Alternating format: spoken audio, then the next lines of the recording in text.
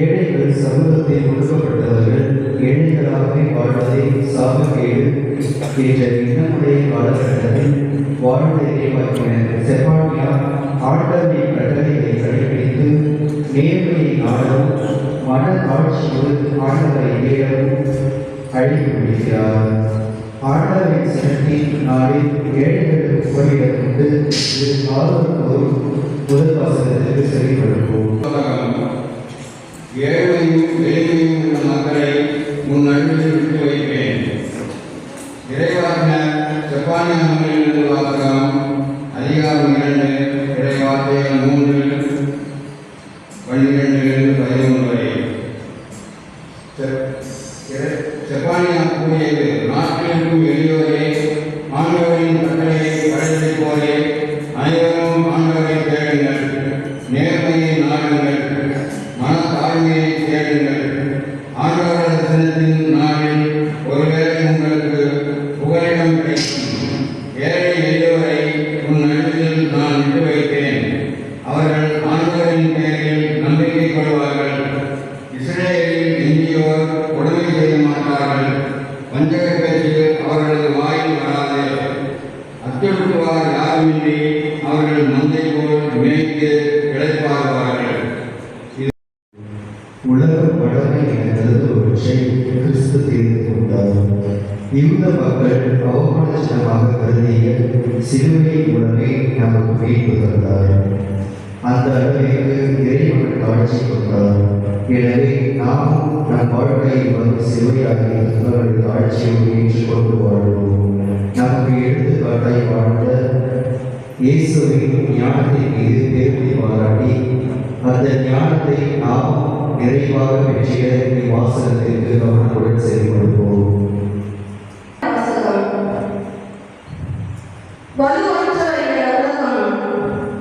கருதுபவற்றை கடவுள் தேர்ந்து கொண்டார்.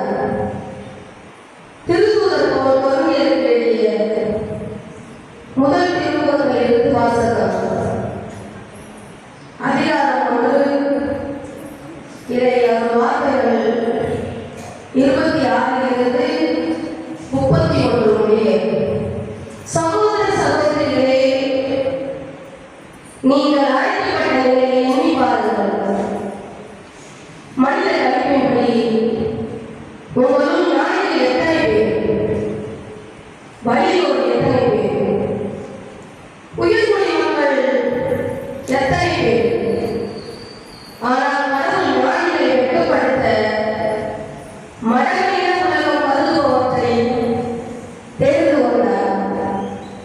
அவ்வாறே பணியோரை வெட்கப்படுத்த வலுவற்றவை என உலகம் கருதுபவற்றை தேர்ந்து கொண்டார்.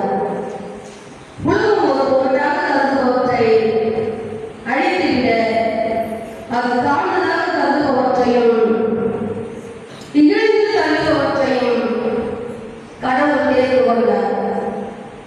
எவரும் கடவுள் பெருமை பாராட்டாதபடி அவர் இப்படி செய்தார்.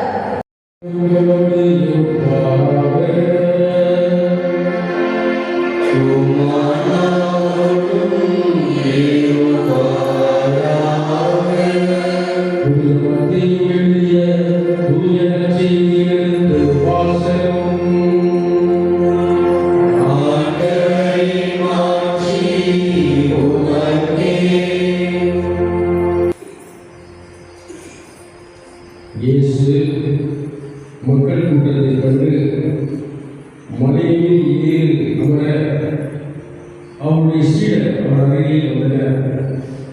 அவர் திருவாய் இழந்து கற்பிப்பதை ஏழையின் உள்ளத்தோ வேறு பெற்றோ ஏனெனில் விண்ணரசு அவர்களுக்கு உரியது. துயருக்கோ வேறு பெற்றோ ஏனெனில் அவர்கள் ஆறுதல் பெறுவர். கடிமையோ வேறு பெற்றோ ஏனெனில் அவர்கள் நாட்டை உரிமை சொத்தாக்கிக் கொள்வர். நீதி நிலைநாட்டும் கேட்கிறோ வேறு பெற்றோ ஏனெனில் அவர்கள் நிறைவு பெறுவர். இரக்கமுடையோ வேறு பெற்றோ ஏனெனில் அவர்கள் இரக்கம் பெறுவர். தூய்மையான உள்ளத்தோ வேறு பெற்றோ ஏனெனில் அவர்கள் கடவுளை காண்பர்.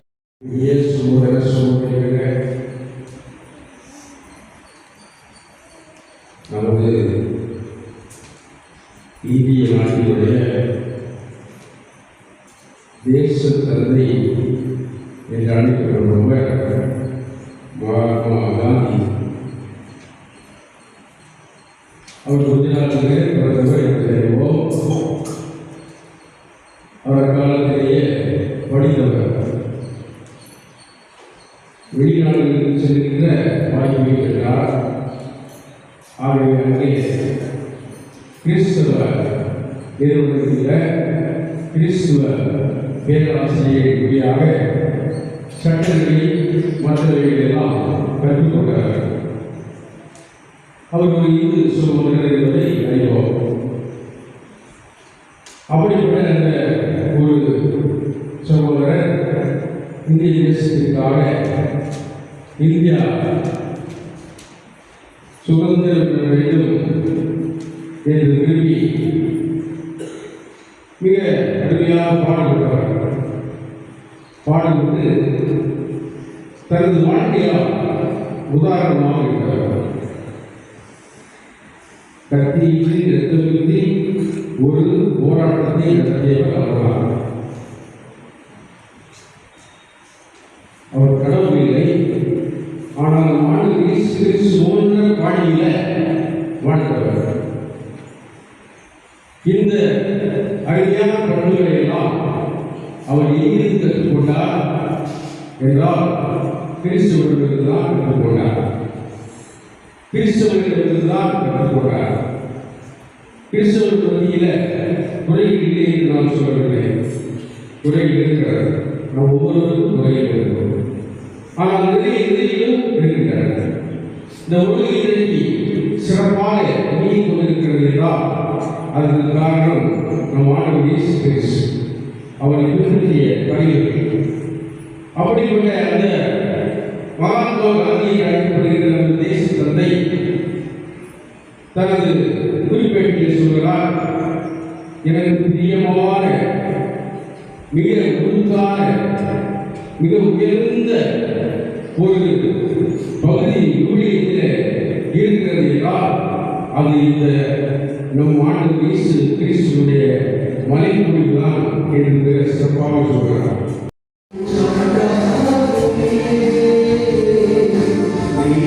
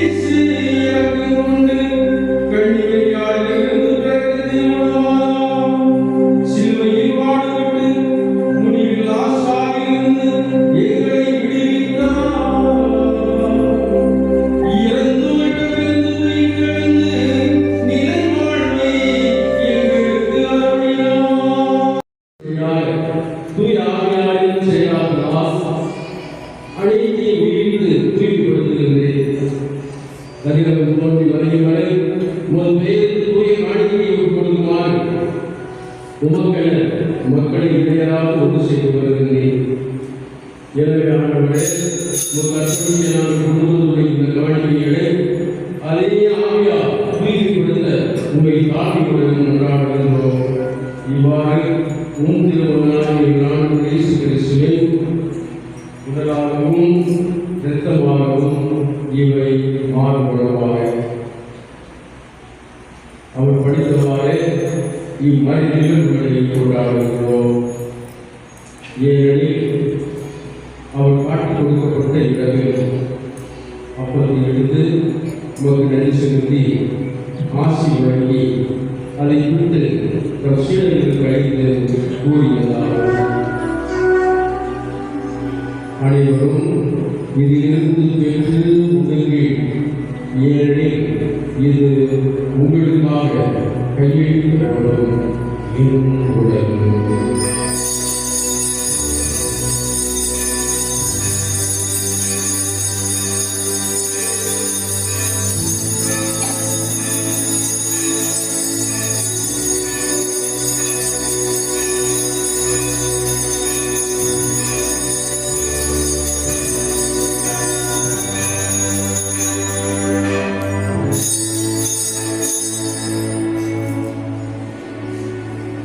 இரவு பின்னணியில் எடுத்து உமக்கு நன்றி செலுத்தி ஆசி வழங்கி அதை சீடர்களுக்கு அழைத்து அவர் கூறியதாவது.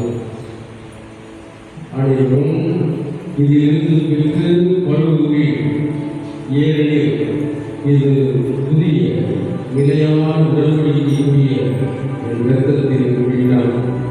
இது பாவமளிக்கும் என்று உங்களுக்காகவும் பலருக்காகவும் சிந்தப்படும்.